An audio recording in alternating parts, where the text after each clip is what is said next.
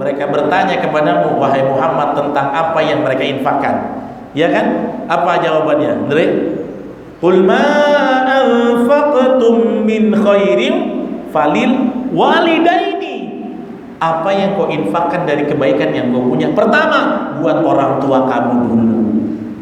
Kan? Keluarga dulu. Infakin ke pesantren semua, ente gak yakin. Mohon maaf ya. Ya namanya manusia, sehebat-hebatnya pasti kan ada yang salah kalau tidak berdasarkan dalil ngomongnya. Jadi kita harus kembali kepada Al-Quran. Nggak boleh seperti itu. Ya. Jadi, nah ini yang diajarkan oleh Ka'ab al-Aslami, amalan akhirat ya yang menjadi orientasi dia, bukan amalan dunia ya. Karena orang yang paling dibenci Allah melakukan amalan akhirat ya, tapi yang dituju adalah dunia gitu ya. Kemudian yang terakhir dari faidah hadis tadi ya, bahwasanya jawazul isti'anah fi ihdari ma'ul wudu. Boleh kita minta tolong orang lain untuk mengambilkan air untuk buang hajat atau berwudu. Karena ada kalangan yang bilang kalau wudu nggak boleh nyusahin orang, harus ambil sendiri. Enggak. Rupanya di dalam hadis ini Nabi ditolong oleh Ka'ab al-Aslami. Berarti apa? Minta tolong, misalnya bapak minta tolong anak ambilkan air untuk wudu, boleh. Istri minta dibantu ambilkan air untuk wudu, boleh. Walaupun sekarang Bapak Ibu, metode ini kan kita tidak pakai lagi. Airnya nggak datang kepada kita, kita yang datang ke keran air. Sekarang kan begitu ya. Jangan pula selangnya dibawa ke rumah. Dari kamar mandi selangnya dipanjangin, bapak disuruh wudu di depan ruang tamu, banjir pula gitu ya. Jadi itu. Nah makanya di zaman Nabi dulu banyak para sahabat yang berlomba-lomba untuk amal ini, karena dulu keran belum ditemukan mungkin ya, belum ada keran air, water torrent penguin itu belum ada mungkin ya, penguin itu belum ada, apalagi yang peta-peta dari Singapura tuh ya belum ada itu. Jadi pakainya apa? Pakainya waduk atau ina itu artinya bejana. Bejananya terbuat dari tanah liat kalau di zaman dulu ya, kadang-kadang tanah liat ya. Kalau kita sekarang kan ember pakai plastik ya. Kalau zaman dulu tuh kendi ya, pakai kendi, pakai apa, tanah liat, apa namanya? Adalah itulah pokoknya ya. Di kampung-kampung masih ada. Saya kalau balik ke liburan ke rumah mertua, itu air putihnya masih pakai kendi. Ambil di dapur pakai kendi. Dan pakai kendi itu lain pula rasanya, agak sejuk gitu ya. Pakai kendi agak lain ya. Kalau di itu enak gitu ya. Kalau kita kan nggak kendi, kulkas. Nah, gitu ya. Baik, ini hadis yang pertama. Hadis yang kedua mirip ya. Hadis yang berikutnya dari Abu Abdillah, atau disebut juga Abu Abdurrahman, namanya Thauban ya. Nanti silakan diselidiki. Thauban ini sama, dia itu maulanya Rasulullah ya. Thauban itu adalah asisten Nabi. Ini Nabi asistennya banyak. Ada Anas bin Malik, ada Zaid bin Haritha, ada Thauban. Daftar banyak jadi pelayan Nabi. Daftar banyak ya. Tapi akan diambil oleh Nabi orang-orang yang terpercaya, yang ikhlas ya, seperti itu. Apa kata Thauban? Aku pernah mendengar Rasulullah bersabda ya. Jadi Nabi memerintahkan sesuatu yang berkaitan dengan sujud. Apa kata Nabi? Alaika bikathrotis sujud. Thauban, perbanyaklah kau sujud. Maksudnya sholat lah ya. Karena nggak mungkin kita cuma sujud, pastikan sholat. Kata para ulama hadis, maksud Nabi ini perbanyak sholat. Karena sekali sholat aja 4 kali sujud kan? Ya, 4 kali sujud. Kenapa? Nah, ini fadilah sujud. Fa innaka, karena sesungguhnya tidaklah engkau lantas judalillah, tidaklah engkau bersujud Thauban kepada Allah sajdatan, dengan 1 kali sujud, sekali sujud ya, illa rafa'akallahu biha darajatan, kecuali 1 kali sujudmu itu akan diangkat kamu 1 derajat setiap kali kamu sujud. Wa hatta anka biha khati'atan, dan dihapus dari kamu 1 dosa. Hadis riwayat Imam Muslim. Jadi sujud itu selain tadi ya lambang mujahadah, yang kedua adalah amal yang paling dekat hamba kepada Allah, amal yang bisa mendekatkan orang kepada Nabi di akhirat. Sujud itu fadilahnya, satu kali kita bersujud diangkat derajat satu, diampuni dosa satu. Berarti kalau kita sholat sunnah 2 rakaat 4 kali sujud kan, berarti kita diangkat 4 derajat, diampuni 4 dosa. Nah, ini diantara fadilah sujud ya. Nah, ternyata sholat dan sujud salah satu amalan yang bisa hapus dosa. Kalau membahas sujud ini bisa panjang, bisa 1,5 jam. Ini amalan istimewa. Jadi Bapak Ibu, salah satu nih saya kasih ilmu, kalau lagi pengen berdoa punya hajat, salah satunya hajat itu silakan diminta saat lagi sepertiga malam, sholat tahajud, qiyamul lail, dan di sujud terakhir. Itu mintalah. Habis doa, subhana rabbiyal a'la, subhana rabbiyal a'la wa bihamdi, subhana rabbiyal a'la wa bihamdi. Sujud yang paling terakhir itu berdoa. Apa aja yang diminta. Ya. Kenapa? Karena ketika seseorang itu sujud, itulah posisi dia sedang paling dekat. Ya. Innama aqrabu ma yakunul abdi li rabbih fa huwa sajid. Sesungguhnya posisi seorang hamba paling dekat kepada Rabb-nya adalah saat dia sedang sujud. Maka kita banyak doa dan banyak meminta, banyak memuji Allah, tasbih dan banyak meminta. Ya, dalam hati aja mintanya, enggak usah disebut gitu. Dalam hati kita sambil sujud. Ini 2 hadis yang kita bahas, alhamdulillah, tentang sujud. Nanti kita lanjutkan yang berikutnya. Ada pertanyaan silakan.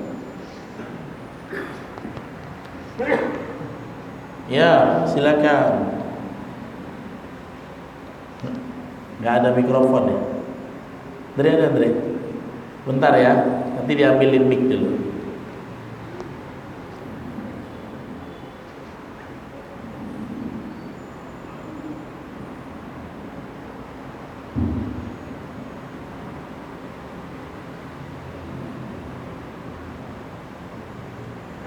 Ya, silakan.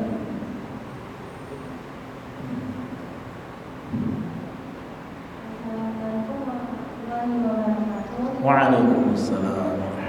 Saya ingin bertanya, doa apa yang harus kita baca setelah belajar ngaji supaya diampuni atas kesalahan bacaan-bacaan yang kami pelajari? Doa apa? Doa apa yang harus kita baca setelah belajar ngaji supaya diampuni atas kesalahan bacaan-bacaan yang kami pelajari? Setelah ngaji. Oh iya. Jadi kalau doa, di antara doa dari Al-Quran supaya apa yang silap-silap dari kita diampuni Allah adalah doanya Nabi Adam. Ya. Apa doanya? Rabbana zalamna anfusana wa illam taghfir lana wa tarhamna lanakunanna minal khasirin. Ya Rabb kami, zalamna anfusana. Mungkin dulu kita kurang belajar, ada yang salah-salah. Kita kan namanya menzalimi diri sendiri kan? Ya, ampuni kami ya Allah. Wa illam taghfir lana, kalau engkau tak ampuni yang salah-salah kami dulu, wa tarhamna, engkau enggak kasih sayangi kami, lanakunanna minal khasirin, kami bisa jadi orang yang merugi. Ya, doa dari Nabi ada ya, Allahumma gfirli ma qaddamtu wa ma akhartu wa ma asrartu wa ma a'lantu wa ma asraftu wa ma anta a'lamu minni antal muqaddimu wa antal muakhir. Ya, panjang pula ya. Ya Allah, ampunilah, Allahumma gfirli ya ma qaddamtu, apa yang dulu pernah aku perbuat. Takutnya yang dulu kita buat ada yang salah kan? Ya ampuni ya Allah kalau ada yang salah. Wa ma akhartu, apa yang nanti akan kubuat. Wa ma a'lantu, apa yang aku buat kesalahan terang-terangan. Wa ma asrartu, apa yang kesalahan aku buat diam-diam. Wa ma asraftu, sesuatu yang berlebihan. Kan ada yang sholatnya berlebihan, bacaannya berlebih atau kurang kan gitu. Itu doa dari Nabi, ya.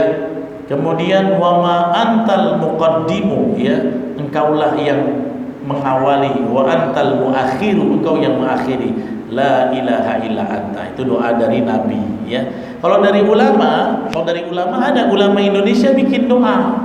Takutnya kita sholat ada yang kurang, ya. Allahumma rabbana taqabbal minna salatana wa siyamana wa qiyamana wa ruku'ana wa sujudana wa qu'udana wa takhashu'ana wa ta'abbudana wa tammim taqsirana, ya. Nah, itu kuncinya, wa tammim taqsirana. Misalnya kita sholat, tadi kan pertanyaannya Adik, kalau ada yang salah bacaan, belum ngaji dulu gitu kan, maka kita sholat gimana? Allahumma rabbana taqabbal minna, ya Allah terimalah dari kami sholat kami, qiyamana berdiri kami, siyamana puasa kami, ruku'ana ruku' kami, sujudana sujud kami, takhashu'ana tidak kekhusyuan kami, ya, wa ta'abudan dan seluruh ibadah kami, wa tammim taksirona, sempurnakan ya Allah kalau ada yang kurang. Tammim itu artinya sempurnakan ya Allah dengan rahmatmu, dengan kebaikanmu. Taksir itu artinya kekurangan. Mungkin kita baca Fatihah kurang betul makhrajnya, kita baca doa tak tepat lafaznya, ya kan? Jangan merasa saya udah paling soleh, paling soheh. Saya aja nggak berani ngomong begitu. Saya paling soleh, paling soheh. Bacaan saya sudah pasti sesuai dengan apa yang ada di langit. Nggak boleh. Wa tammim taqsirana, sempurnakan ya Allah kalau ada kekurangan kami. Jadi selalu kalau habis beribadah, kamu punya perasaan itu harus dipelihara, merasa kurang, sehingga apa? Kita terus memperbaiki jadi lebih bagus. Jangan merasa pede. Jangan pede, justru itu bagus. Kita merasa kurang, jadi kita mau menyempurnakan, belajar lagi. Jangan sudah merasa di atas angin, sudah merasa paling benar, rupanya ada yang salah. Gitu. Tapi kalau ada sesuatu yang kita kurang, dan bukan karena kemalasan kita, tapi memang keterbatasan kita, itu dimaafkan oleh Allah. Dimaafkan. Jadi seperti itu, ya. Doanya tuh hafal nggak? Nah, nanti kalau mau tanya WA aja, nanti saya kasih tahu doanya. Kalau perlu saya rekamkan atau lihat aja di live streaming Facebook nanti, ya, bisa. Gampang tuh doanya. Ada lagi? Habis ya? 1 menit. Cukup ya, demikian yang bisa kami sampaikan. Terlebih terkurang mohon maaf. Subhanakallahumma wa bihamdika, asyhadu an la ilaha illa anta, astaghfiruka wa atubu ilaik. Assalamualaikum warahmatullahi wabarakatuh.